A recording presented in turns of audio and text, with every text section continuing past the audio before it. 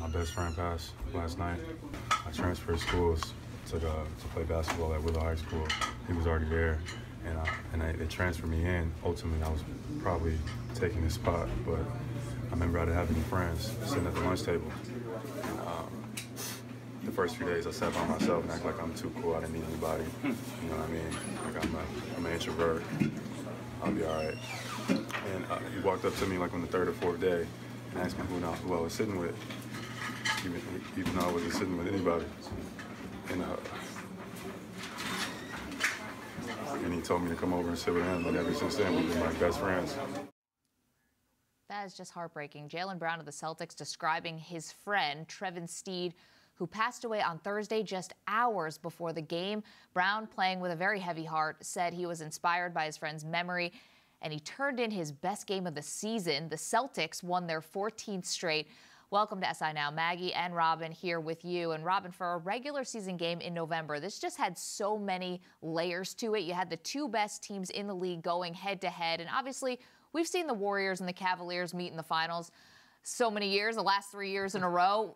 Would you like to see now maybe Warriors-Celtics in 2018? Well, let me put it this way. I think the Celtics match up better with the Warriors than any team in the league. Because the first thing you have to do when you're playing Golden State is match up defensively. And Boston has length, they have youth, they have interchangeable pieces in order to do so. And some of the guys they've shut down this year, Kristaps Porzingis, Joel Embiid, Russell Westbrook, now Steph Curry and Klay Thompson. So of all the teams, that includes the Western Conference, I think head-to-head, Boston gives them the most trouble. I mean, Kyrie Irving didn't play well last night. They made the run when he sat down, and they were able to win that game.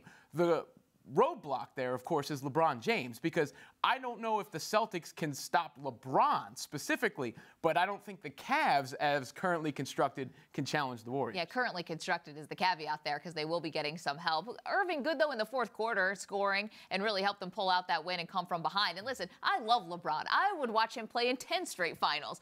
But I think this is actually would be a much better matchup. You touched on it there defensively. Where does that really start? With the genius in Brad Stevens. I mean, this is a guy who came within a Hail Mary of beating Duke in the national championship with Butler, and then went back again the very next year and lost to UConn. I would like to see him coach in a finals against one of, if not the best team that's ever been assembled, and try to figure them out over, hopefully, 7 games. I think that would be the true chess match. And also, if LeBron doesn't go to the finals, I think the speculation of where does LeBron go just grows and grows. The plot twist is great. It's not, I hate it that it's selfish, but it's for all of us. We all love talking about it. So I think for a lot of reasons, you know, like I said, LeBron's the best. I love watching him play. It wouldn't be too bad, though, to get some new blood in there. Meanwhile, Steph Curry, after the game, had this to say about Boston. Very, very likely, right? They're playing the best right now in the East, and obviously until they beat Cleveland, he's done it 3 years in a row. We'll see, but I heard the weather's great here in June, so we'll see. The weather's great in Boston in June. Let's bring in Jared Zwerling from the crossover. Curry's sending so many shots, Jared. They're ricocheting from all over the league. Who should be feeling some type of way for what Curry just said? Talk about that defense, right, against the Warriors. Amazing, under 100 points per game. That's so rare against the Warriors. Obviously, with that offense that they have, to not be able to score a lot of points. So, you know, to me, it worries the whole league. 14 wins in a row, amazing feat to start the season. And no Gordon Hayward, which is also very impressive, too. You know, the one thing about the Eastern Conference, you see the Raptors, the Wizards, teams that have been together for a few years, these teams should be a little bit worried. Now, these guys have been together now, making big playoff runs. Can they get that push? Now, the Celtics, a couple brand new faces. Jason Tatum, Jaylen Brown looks very good. Obviously, their bench is young and new. So new faces, and this team is already putting together this great year. So I'm very impressed so far. Well, when you're talking about feeling a certain type of way about Curry's comments, obviously there's LeBron and the Cavs. The East has gone through them. But what about in the Western Conference? The Rockets put up 90 in a half last night. You know, they put up what the Warriors scored in the game, basically, against the Celtics in a half with Chris Paul coming back. And it was sort of what they envisioned, where they would never have a minute with Paul or Harden, one of the two, not on the floor, and they didn't miss when Paul was running the show, and of course Harden darn near put up 50 points. Are they the biggest threat to Golden State out west? I would say so, because the reason why is they have the best player in the Western Conference, James Harden. Amazing numbers without Chris Paul. Chris Paul Better comes than back. Curry and Durant? Yes, I do agree. Yeah, I think overall his game, his three-point shooting is getting better. He's attacking. He's averaging around 10 assists a game, scoring 30 points in the first half. So he's the best player in the Western Conference overall. Defensively, he's getting better too, putting more effort on that side of the ball. They have great shooters. Chris Paul is back. You know, the one question I have is the San Antonio Spurs. Kawhi Leonard hasn't come back yet this year. And last year in the playoffs, the Spurs beat the Rockets in the conference semifinals. So curious to see how the Spurs, you can never count them out. Very well coached, Greg Popovich, great veteran leadership. That's the one team. The Timberwolves are a young group. The Blazers don't have that third scoring punch. The Clippers have fallen off now. They're 5-8. So really, to me, it's the Spurs maybe have some interest with Kawhi Leonard back. But right now, the Rockets are so powerful, and they're getting better defensively. So. Another team out west that's playing a little bit better, the Pelicans. They're 5-2 over their last 7. Are Anthony Davis and DeMarcus Cousins figuring out that pairing a little bit? It's so interesting to see, Davis missed a couple of games this year already, and to see him take a backseat to DeMarcus Cousins, who's now facilitating pick and rolls. His three-point shooting looks better. He's passing around 6 assists a game, so really doing a great job facilitating. Davis is now playing really off the ball on that off weak spot, really waiting for DeMarcus to make a move. So I'm very curious to see really in fourth quarter situations in the playoffs, if they make the playoffs, looking like they could. They're on 8-7 right now. Who's going to be that guy who's going to take over the game? They don't really have a great playmaking point guard. Rajon Rondo's a little older. Drew Holiday's pretty good. But who's going to be that guy who's going to really facilitate? When you have two bigs, it's such a unique dynamic, Robin, because no other team in the league has two alpha dogs at the big man position. So who's going to really facilitate in the fourth quarter? And there could be some spacing issues, especially if they don't have a dynamic playmaker on the perimeter breaking down the defense and setting it up for everybody else. And also defensively, they're struggling too because of that size. They're getting a little discombobulated just on the speed on rotations. And when you have two bigs, really clogs up the middle. A lot of teams don't like to play two bigs. So this is a really interesting situation for Alvin Gentry to really how they're going to figure this out down the stretch, because they are really suffering defensively right now. Well, obviously, if the Pelicans make the playoffs, this throws a complete wrench into my preseason prediction that either Boogie Cousins or Anthony Davis was going to get traded at the deadline. So that's going to not make me look good. Let's talk about the Cavs hovering around the middle of the pack in the Eastern Conference, of stringing together a few wins. Aside from the fact that the schedule just got a little bit easier for Cleveland, what has been different? You guys were talking about the Cavaliers not making the playoffs or not making the finals next year, really. I'm actually excited to see that happen because you know what? You have Dwayne Wade, Isaiah Thomas, who hasn't made his return yet. All these young guys off the bench, too. But they have a veteran team. I want to see them actually make their last run to the finals if they can do that. So I'm kind of excited to see if they can do that. But, a 3-game winning streak, I think that Knicks game really rejuvenated some life into this team. You go into the Garden, LeBron James comments against Dennis Smith Jr. and Frank Ntilikina. So obviously they were fueled to go into this game, and I think that really rejuvenated this guy and the whole team. So really, we haven't seen Isaiah Thomas back yet, but I think just with their mold, with their build, who they have, their DNA, I'm really excited to see what they can do, and I hope that they can make a finals run because I think this could be the last maybe run LeBron in Cleveland. So we'll see if they can do that. Their schedule did soften up a bit, and they will get Isaiah Thomas back. They will get Tristan Thompson back. But I got a question for both you guys. Yeah. Who's been the second best player on the Cavs this year? Not Jay Crowder. I know it's not Kevin Love because I know the answer. I'm not going into that. They're 20 points better per 100 possessions without Kevin Love this year. I think the answer might be Kyle Korver or Jeff Green. Yeah, no, Jeff Green's been good, actually. Korver, though, needed to rebound because last year in the playoffs and especially in the finals, he was absent. Well, the big thing with the Cavaliers, they're making plays in key moments. I do agree. There's not really a go-to second guy right now. Kyle Korver had that 19-point fourth quarter against the Knicks, so you'd love to see that. But LeBron's still facilitating this team, almost averaging his career high in points. He said he's felt the best ever in his career, so he's coming through in the right moments. But, Dwayne Wade getting some key offensive rebounds against the Knicks. These guys are making plays in key moments. It's a veteran team, making key shots from three. It's LeBron James' team, so I'm curious when Isaiah comes back, can they really get that sort of second scorer, second guy to really help them out? Okay, let's move off the court just for a moment because if people don't know out there, after the latest college basketball scandal involving so many high-level programs, there was a commission created, College Basketball Commission. It's being led by Condoleezza Rice. Now, earlier this week, they met with NBA brass on both sides of the aisle, so to speak. But, Jared, you know the league well. You're familiar with what guys are talking about. What do you think is one thing that could come from the NCAA and the NBA meeting? The issue is obviously the payment for players. Players want to get paid. It's really causing a lot of conflict with what these college organizations can actually pay the guys. And under the table, some things are happening. So there's obviously some conflict there about the compensation factor. So I think that there really should be looked at how guys can get paid in some way, some maybe higher per diems on the road or some factor there, because I think you know, the NBA system is obviously a very young system, but guys need time still to develop, and a lot more. The progression of development is obviously there's a bigger room for improvement there, and I think guys still want to come in on the one and done situation to get that really kind of year under their belt in college to really kind of gun it and really make an impact right away. So I still like the college system. Look, you get to play for Roy Williams and John Calipari, Coach K, who coached the Team USA. So why not be able to play for these guys? It's the legendary coaches and really helps the guys really facilitate into the NBA program. So find a way to get guys some sort of compensation. Let them go through the college rank. Let them learn about education, some business classes. You know, guys still, the average career is still 3.5 years or so. So guys need to be well prepared for life after basketball. I worked at the union, so I have some understanding of that. That's a very important part of guys' development. So I would say go to college, help them out, stress the off-court development, business development, and get that little college experience. I think it's very important for guys. A lot of guys say it's the best 4 years of their life or the best 1 year of their life. How about 8 months? They love that college Not experience. Ben Simmons. They love that college experience, but just clean it up a little bit, help them out a little bit on the compensation side. I think this could all be really factored in, I think, a lot better. Yeah, I just wonder if you're the NCAA, and they're clearly bargaining from a position of weakness right now because of this scandal. If they're going to the NBA and saying, don't make it 19, make it 20, because we want guys to be in college even longer because it will help our product. People become more familiar. It's not just you're in for one semester, essentially, and then out the door. Jared Zwerling from The Crossover. Really appreciate your time. Anytime. Thanks, guys. Thank you.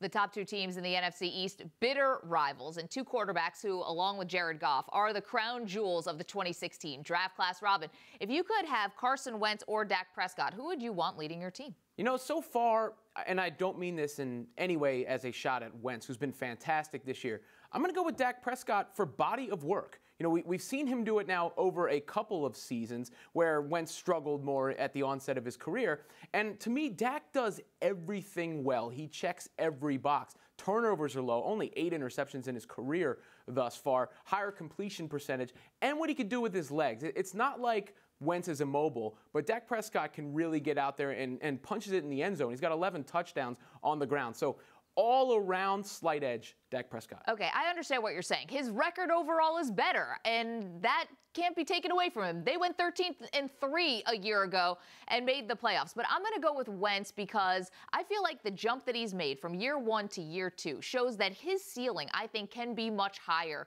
than Dak Prescott. It seems like Wentz has been able to correct some of the things from his rookie year. He's now been very good with those deficiencies, turning them into strengths. So it makes me think, okay, year 3, what else could he fix? Also, his left tackle went down, and he's still performing at a high level. We're going to see with Dak Prescott. Obviously, the offense shut out over 3 quarters against the Atlanta Falcons, and he's going to be without the services of Tyron Smith, the all-pro left tackle that he has been protecting his blind side. So for Dak, I'm going to say he's as good, I think, as he's ever going to be, which is great, but that's as good as he's ever going to be. Meanwhile, Wentz, I think, is capable of so much more. In a league where teams are searching for quarterbacks, the Cowboys and the Eagles, they're good in that department. Let's welcome in Jenny Varentes from the Monday Morning Quarterback. And Jenny, is there a consensus in the league on this very question when it comes to Dak or Carson Wentz? I think it depends a lot on, what you have around both players, what style you prefer in your offense. I think it's a really tough question. I'd lean toward what Maggie said. I think I would go with Wentz in large part because I think he's had some kind of deficiencies around him. He's lost a left tackle. The run game has certainly not been what it was when Dak Prescott had Ezekiel Elliott. He doesn't have the same kind of targets that Dak does, and he still performed at this MVP level this season. So I would give Wentz the slight edge, and I also think the coaches have done a remarkable job helping him make that jump from year 1 to year 2 and continue to grow. But both players are, sort of representative of guys who can come in and play right away in the NFL and make that jump. And that's such a hard projection to make, and both of them have done that so well. Of course, 28 other franchises would love to have either of those quarterbacks. We should talk about the Cowboys, though, because Jerry Jones not happy with the term of Roger Goodell's contract extension. That we know. But it's apparently descended, Jenny, into name-calling. ESPN reporting that Jerry Jones had some choice words for the commissioner, telling Goodell, I'm going to come after you with everything I have. If you think Bob Kraft came after you hard, Bob Kraft is a blank compared to what I'm going to do. Woo-wee, Jenny, can Jones actually make good on this threat? Yeah, I mean, Seth Wickersham and Don Van Natta from ESPN have done fantastic reporting and have been out in front of so many of the details of this power struggle. But that's essentially what it is. It's a power struggle between Jerry Jones and Roger Goodell. You know, Jerry Jones has sort of operated as a de facto commissioner over the last few years. You know, he has supported Goodell as long as the pie has grown. And now he's sort of nearing a point where he feels like he can't have that same kind of power. And the Ezekiel Elliott suspension clearly indicated to him that perhaps he couldn't get everything he wanted. And so now he's made it into a power struggle. I would never underestimate Jerry Jones's capability. He's gone against the league before and he's won. And I think that in this case, it's hard to underestimate that. However, I will say that he has an uphill climb. I mean, I think the reason that Robert Kraft only took the Deflategate so far and didn't pursue further steps such as suing the league or the other owners like Jerry Jones is doing is because he knew he probably wouldn't win. And he thought about, you know, the league overall and the health of the league. And I think that can't be, those concerns can't be underestimated. So I think it will be hard for Jerry to run Goodell out of office because I think there are a lot of check marks coming up. The 2021 broadcast deals, the expiration of the CBA, and also the fact that they do not have a clear succession plan in place. Actually, Roger Goodell pointed to all three of those things at a panel with Bloomberg News the other week, and I felt like it was a sort of a subtle message saying, listen, I should be your guy for one more term. Let's get through these hurdles, and then you can replace me. It's so interesting because we are also hearing from that same ESPN report that at least one owner reached out to NBA Commissioner Adam Silver to gauge his interest in potentially replacing Goodell. You mentioned there's no clear successor. Adam Silver reportedly turned it down. Who's going to survive this craziness? Is it Goodell? Is it Jerry Jones? Is it both? Is it neither? Ultimately, what do you think is going to happen? Well, I think that was an interesting point that they had reached out to Adam Silver. Like you said, there's no clear successor. Roger Goodell had been Paul Tagliabue's right-hand man, and then he got the job. There is not anything like that in place where someone could say, this person from the league office has been groomed to step in and could very easily step in. So I think that it's very likely the next commissioner comes from outside. But I do think that they will extend Goodell. I still think that's the most likely outcome, that he signs a contract extension through 2024. And then within the next several years, they find some kind of other solution, a different person to bring in new ideas. But I think they do trust Goodell to get them through the next CBA negotiations. He earned high marks from owners in the last round. And I think that when it comes down to it, the owners will want him at the negotiating table this time around as well. Okay, let's move away. For the first time this season, the Steelers' offense put up more than 30 points against an opponent. So aside from the Titans inexplicably using man coverage against Antonio Brown, what changed for the Steelers, and is this offensive outburst a sign of good things? I think Antonio Brown had a remarkable individual effort. Just look at that third touchdown he scored where he caught the football against the helmet. And I think Titans coach Mike Mularkey said afterward, you can't defend against it because you really can't. And I think, you know, Brown certainly keyed this explosion. But if you look at the first half, there were the same struggles that we've seen all season, you know, red zone woes, you know, other than that opening drive, inability to move the ball down the field with any kind of consistency. So I think that the offensive explosion was a good sign because if they're going to be contenders in the AFC, they're going to have to be able to put up points. On the other hand, I do think some of the inconsistencies we've seen all season are still a concern. And, you know, you can certainly count on Brown to have a fantastic individual effort. He pretty much does it every game he plays. But I do think for all the talent that the Steelers offense has, they've consistently underachieved this season. We talked about the internal strife with the NFL, but from the big picture perspective, the nature of the sport has been one of the biggest threats. And researchers at Evanston's North Shore University Health System believe they found CTE in the brain of a former football player while he was still alive. What do you think the ramifications would be to the NFL if CTE is able to be diagnosed in the living? Yeah, and it's certainly an interesting study that came out. I would also caution to say that the findings need to be replicated and confirmed to sort of ensure that the marker that they had while he was living is specific and to CTE. You know, certainly there's other changes in the brain, and, you know, they need to find a specific marker. That's always been the chase. If this is it, that would be a huge step forward. I know other research groups around the country, also at BU, other institutions are also working toward the same end goal. But certainly that would be a game changer whenever that comes. Like I said, we're not there yet, but if there were a test to see if you had CTE in the living, it would present a whole host of questions. You know, when would players get tested? Could you compel players to get tested? Would that change their outlook toward continuing to play the game? I think ultimately the more information, everyone can agree, the more information, the better, because you want players to be able to make informed decisions. But I think then it presents a huge ethical question for players determining whether or not they want to get tested, for sports leagues, for liability concerns, whether or not they should compel players to get tested. So it would be a game changer for the landscape of the sport. And it would have certainly huge ramifications if you could take a test and say, yes, I have early stages of, permanent neurological damage, and I'm going to walk away from the game because of it. Thanks, Jenny. Appreciate your insight as always. Thanks for having me.